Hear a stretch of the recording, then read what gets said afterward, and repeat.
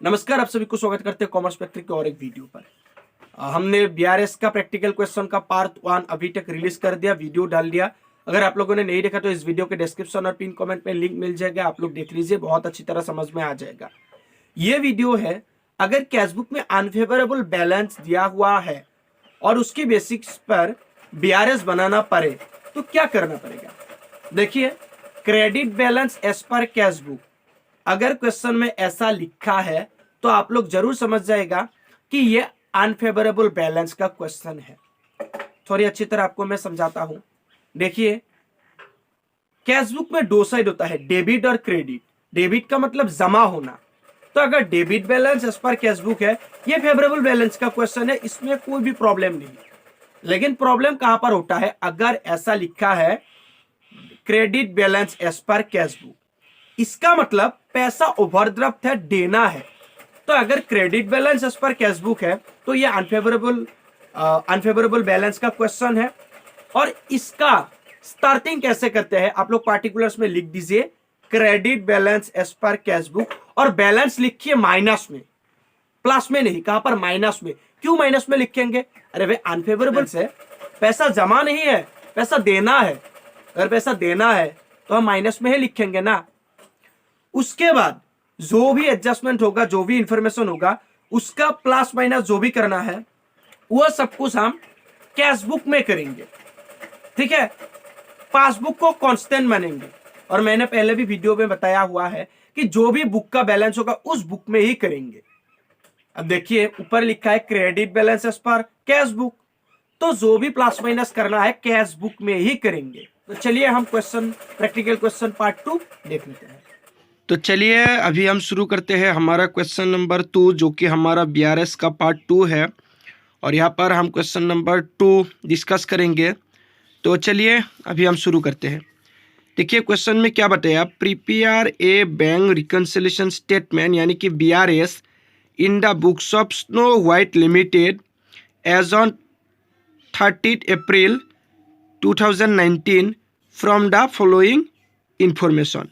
नीचे कुछ इंफॉर्मेशन है, इसके बेसिस पर हमको बीआरएस बनाने के लिए बोला। डेट क्या है, 30 अप्रैल 2019, और किसके बुक में, स्नो व्हाइट लिमिटेड, यानी कि स्नो व्हाइट लिमिटेड की तरफ से हमें एक बीआरएस बनाना है। ठीक है, अभी हम क्या क्या इंफॉर्मेशन है ये पढ़ते हैं। चलिए, पहला, credit balance as per cashbook as on 30 April 2019 amount 20,000।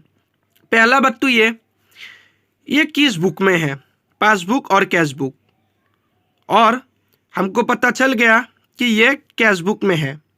दूसरा, बैलेंस क्या है, फेवरेबल और अनफेवरेबल। अब देखिए, credit balance as per cashbook, तो ये बात हमको पता चल गया कि ये अनफेवरेबल बैलेंस है। और अनफेवरेबल बैलेंस का मतलब ओवरड्राफ्ट, तो ये अमाउंट प्लस पे नहीं जाएगा, कहाँ पे जाएगा, माइनस पे। तो यहाँ पे मैंने माइनस लिख दिया। ठीक है, अब देखिए यहाँ पे हमारा बैलेंस शो हो रहा है कैशबुक में। ओके, तो नीचे जितने भी इंफॉर्मेशन में सही करना है, यानी कि जिस जिस इंफॉर्मेशन को प्लस या माइनस करना है, उन सभी को हम कैशबुक में ही करेंगे। ठीक है, चलिए दूसरा, checks deposited but not yet credited by the bank. क्या हुआ, हमने चेक डिपॉजिट किया, बैंक में जाकर डिपॉजिट कर दिया, लेकिन बैंक ने अभी तक क्रेडिट नहीं किया। तो इसका मतलब क्या होता है, जब हमारा बिजनेस को कोई चेक रिसीव्ड होता है, हम उसी वक्त हमारा जो कैशबुक का बैलेंस है वो हम बढ़ा देते हैं। ठीक है, लेकिन जो हमारा बैंक है, बैंक वालों ने हमारा पासबुक में बैलेंस जमा नहीं किया, यानी कि चेक का पैसा डिपॉजिट नहीं किया। तो उस केस में क्या हुआ, हमारा जो कैशबुक का बैलेंस है वो बैलेंस पासबुक से ज़्यादा है। और कितना ज़्यादा, 8,500। तो इसको सही करने के लिए क्या करना पड़ेगा, देखिए मैंने पहले भी बहुत बार बोल चुका हूँ, अब भी बताता हूँ कि कैशबुक में बैलेंस है तो जो भी करना है कैशबुक में ही करना पड़ेगा, पासबुक को हम छू नहीं सकते। तो इस केस में पासबुक में बैलेंस कम है कैशबुक से, तो भाई पासबुक को कैशबुक से मिलाने के लिए कैशबुक को भी कम करो। कितना? 8500, ये भी माइनस होगा। ठीक है, सी पढ़ते हैं। Another check deposited but dishonoured, कितना रुपए का? 1500। अब हुआ क्या, हमने एक चेक और डिपॉजिट किया, कहां पर? बैंक में जाकर। ठीक है, लेकिन वो चेक डिसऑनर्ड हो गया। अब डिसऑनर्ड होने का तो बहुत तरीका है, बहुत सी कारण होता है, लेकिन मैं आप लोगों को एक बताता हूं कि चेक डिसऑनर्ड क्यों होता है। देखिए, एक आदमी ने हमको एक चेक दे दिया, और जब उसने हमको चेक दे दिया उसी वक्त उसका अकाउंट में पैसा नहीं था, जीरो बैलेंस था। मैंने पहले भी बताया, अभी भी बताता हूँ। हमने जब चेक रिसीव किया उसी वक्त हमारा कैशबुक का बैलेंस बढ़ा दिया, यानी कि जब चेक रिसीव होता है उसी वक्त हम कैशबुक का बैलेंस बढ़ा देते हैं। लेकिन जिस आदमी ने चेक दिया था उसका अकाउंट में बैलेंस नहीं होने के कारण चेक डिसऑनर्ड हो गया। इसका मतलब कैशबुक में तो बैलेंस आ गया, कितना? 1500, लेकिन पासबुक में बैलेंस नहीं आया। तो ये भी इसकी तरह है, यानी कि कैशबुक का बैलेंस पासबुक से ज़्यादा है। अब पासबुक और कैशबुक को इक्वल करने के लिए क्या करना पड़ेगा? कैशबुक का बैलेंस घटाना पड़ेगा। क्यों भाई? क्योंकि यहाँ पे लिखा है बैलेंस एज पर कैशबुक, और मैंने बताया कि जिस बुक में बैलेंस होगा उसमें ही करना पड़ेगा। तो कैशबुक में बैलेंस ज़्यादा है, घटा दो, कितना? 1500, यहाँ पर माइनस लगवा दो। तो ये तो पहला 3 माइनस में ही जाएगा। D, cheques issued but not yet presented for payment. इसमें क्या हुआ, हमने चेक इशू कर दिया, तो मैंने पहले भी वीडियो में बताया हुआ है और बताता हूँ, जब हम चेक रिसीव करते हैं तो उसी वक्त हमारे कैशबुक का बैलेंस बढ़ जाते हैं, और जब हम चेक इशू करते हैं उसी वक्त हमारा कैशबुक से बैलेंस घट जाते हैं। तो इसमें क्या हुआ, चेक इशू कर दिया। इशू करने का मतलब हमने किसी को चेक दे दिया, तो इसका मतलब हमारा कैशबुक से 7000 अभी माइनस है। लेकिन क्या हुआ, जिसको दे दिया बैंक में जाकर चेक दिया ही नहीं। इस केस में हमारा कैशबुक का बैलेंस पासबुक से 7000 कम है, क्योंकि हमने जब इशू किया उसी वक्त हमारा कैशबुक से बैलेंस घट गया। लेकिन जिस आदमी को दिया था उसने तो बैंक में गया ही नहीं। अब बैंक में अगर चेक नहीं ले जाएगा उसको थोड़ी पैसा मिलेगा, पैसा नहीं मिलेगा। जब पैसा ही नहीं मिलेगा पासबुक का बैलेंस भी नहीं घटेगा। तो इस केस में क्या हुआ, कैशबुक का बैलेंस पासबुक से अभी 7000 कम है। तो भाई इसको सही करना है। सही किसको करेंगे, पासबुक या कैशबुक? कैशबुक का करेंगे, क्योंकि बैलेंस कैशबुक का है। तो कैशबुक को सही करने के लिए क्या करना पड़ेगा, प्लस, क्योंकि 7000 कम है।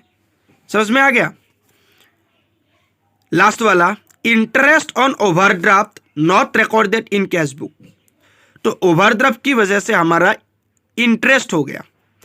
अब इंटरेस्ट हमको 780 रुपीज देना है, और यह पैसा interest on overdraft not recorded in cashbook, ये 780 रुपीज बैंक ने इंटरेस्ट की दर पर काट लिया, लेकिन हमारा कैशबुक में ये रिकॉर्ड नहीं हुआ।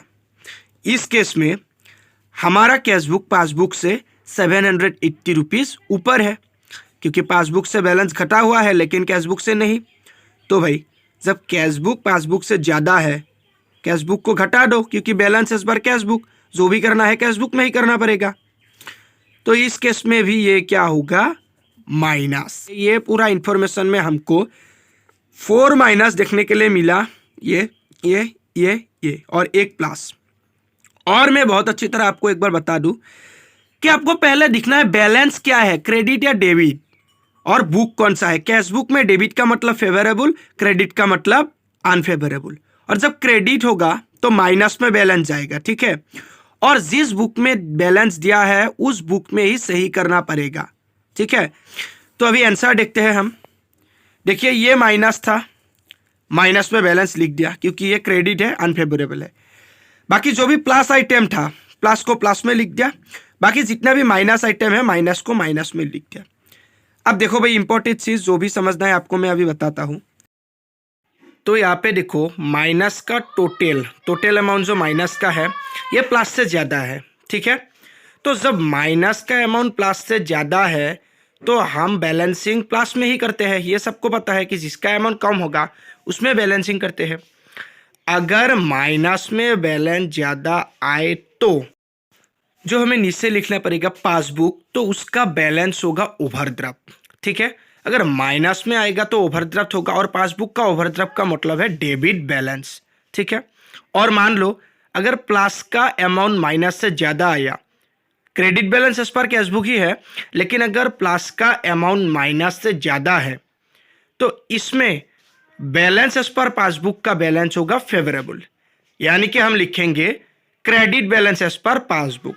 तो यही है याद रखने वाली बात, अगर माइनस का टोटल प्लस से ज्यादा है तो होगा debit balance as per passbook and vice versa. आशा करता हूं कि आप लोगों को बहुत अच्छी तरह समझ में आ जाएगा। मैं आखिरी में क्वेश्चन का फोटो और आंसर दोनों को ही दिखा दूंगा, आप लोग नोट डाउन कर लीजिएगा। ये क्वेश्चन है और आंसर आप लोगों को देखने के लिए मिलेगा, तो नोट डाउन कर लेना, और कोई भी कंफ्यूजन है, कोई भी क्वेश्चन है कमेंट में छोड़ देना। तो आज के लिए इतना ही, थैंक यू।